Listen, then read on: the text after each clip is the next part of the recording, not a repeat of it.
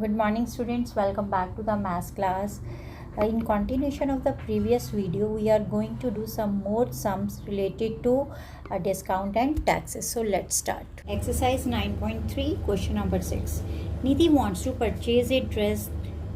The marked price of the dress is rupees 4,275 and the VAT is applicable at 12.5%. Nidhi does not want to pay more than rupees 4,275. Then the shopkeeper offers a discount so that Nidhi does not have to pay more than rupees 4,275. Find the selling price and discount percent that the shopkeeper gives. Friends, हम सबसे पहले इस question को समझेंगे कि इस question में कहा क्या गया है। देखिए, इस क्वेश्चन में क्या कहा गया है कि निधि एक ड्रेस को परचेज करना चाहती थी जिसकी मार्क प्राइस क्या थी हमारे पास 4,275, राइट। और इसके ऊपर अभी वैट भी अप्लाई होना था। वैट कितना लगना था हमारे पास 12.5% का। आपको पता है ना, जो वैट होता है वो एमपी में क्या होता है, ऐड होता है हमारे पास। अभी कितना और ऐड होना था हमारे पास 12.5% ऑफ जो एमपी है वो इसमें ऐड होना था, तो इससे और ज़्यादा रेट हो जाना था ना ड्रेस का। बट निधि क्या चाहती थी, वो कहती थी कि मेरे पास तो सिर्फ 4,275 रुपीज़ है, मैंने इतना ही पे करना है, मैं इससे ज़्यादा पे नहीं करूँगी। तब शॉपकीपर ने क्या किया, उसको इस एमपी के ऊपर डिस्काउंट दे दिया। इसको डिस्काउंट देने से क्या हुआ, वैट जो उसने उसको डिस्काउंट दिया, जो डिस्काउंटेड फिर उसके पास रेट आई, उसके ऊपर भी वैट तो इतना लगा, बट वो वैट लगने के बाद उसके पास टोटल जो उसके पास सेलिंग प्राइस निकली वो कितनी आ गई, 4,275, राइट। मतलब नेट निधि ने इंक्लूडिंग वैट कितना पे किया आफ्टर डिस्काउंट 4,275। तो अब आप इसमें हमें निकालना क्या है कि what is the selling price और what is the discount percent that the shopkeeper gives. Now let's see the solution. देखिए, let selling price find out करनी थी, उसको मैंने अज्यूम कर दिया, लेट सेलिंग प्राइस भी एक्स। अब ये जो एमपी हमें दिया हुआ है 4,275, अब इसमें क्या हो गया, इसमें टैक्स भी इंक्लूड हो गया, जो वैट लगना था वो इंक्लूडेड वैट आ गया अब इसमें, राइट। और मेरे पास वैट कितना दिया गया, 12.5।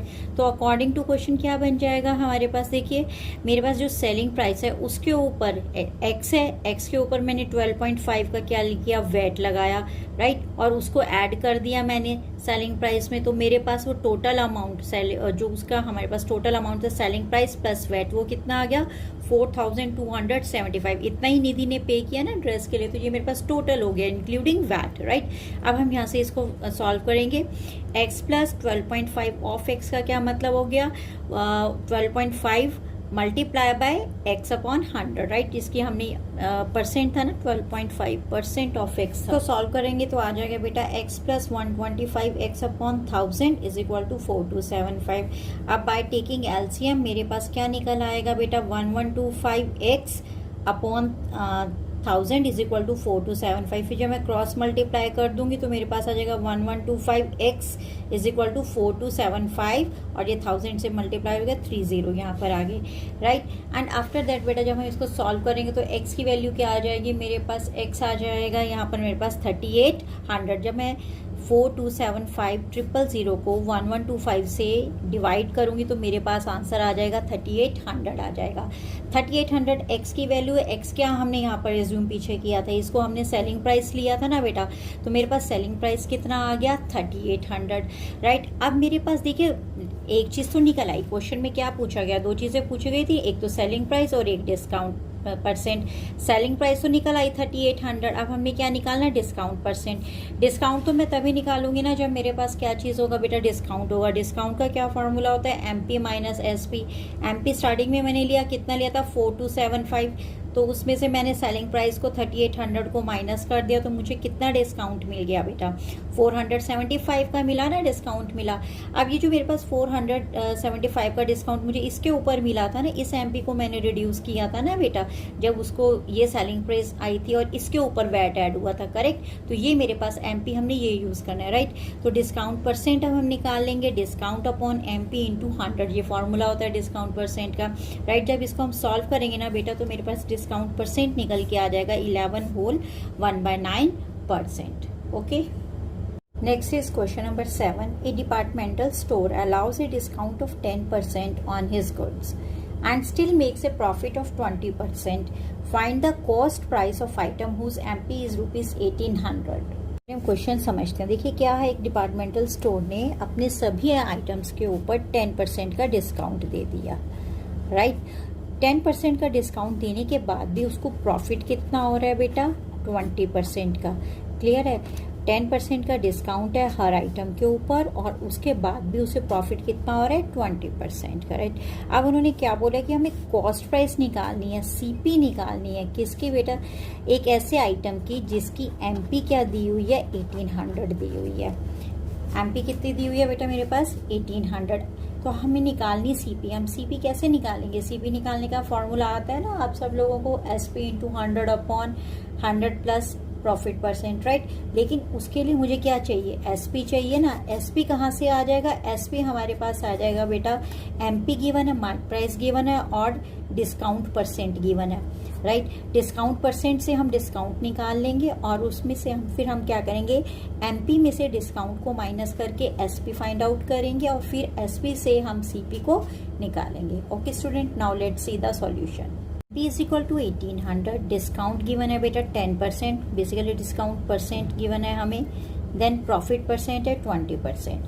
हमने डिस्काउंट निकाल लिया. डिस्काउंट कितना दिया हुआ है? 10% ऑफ एमपी, राइट. तो 1800 का 10% हमने निकाल लिया 180. डिस्काउंट आ गया मेरे पास ₹180. अब मैं एसपी निकाल लूंगी. एसपी का क्या फॉर्मूला होता है? MP minus discount. अब हमारे पास अमाउंट आ गया ना डिस्काउंट का. एमपी है मेरे पास 1800, डिस्काउंट हो गया 118. को सब्ट्रैक्ट करेंगे तो एसपी आ गया मेरे पास 1620, राइट. ये मेरे पास एसपी आ गया. Now go for the CP. CP का क्या फॉर्मूला होता है? SP into 100 upon 100 plus profit percent. इस फॉर्मूले को अब यूज करके इसमें एसपी और प्रॉफिट परसेंट की वैल्यू डाल के बेटा मेरे पास क्या चीज आ जाएगी? मेरे पास ये सीपी निकल आएगा बेटा. सीपी कितना आ जाएगा मेरे पास? 1350 and it will be my answer. Okay. Question number 8.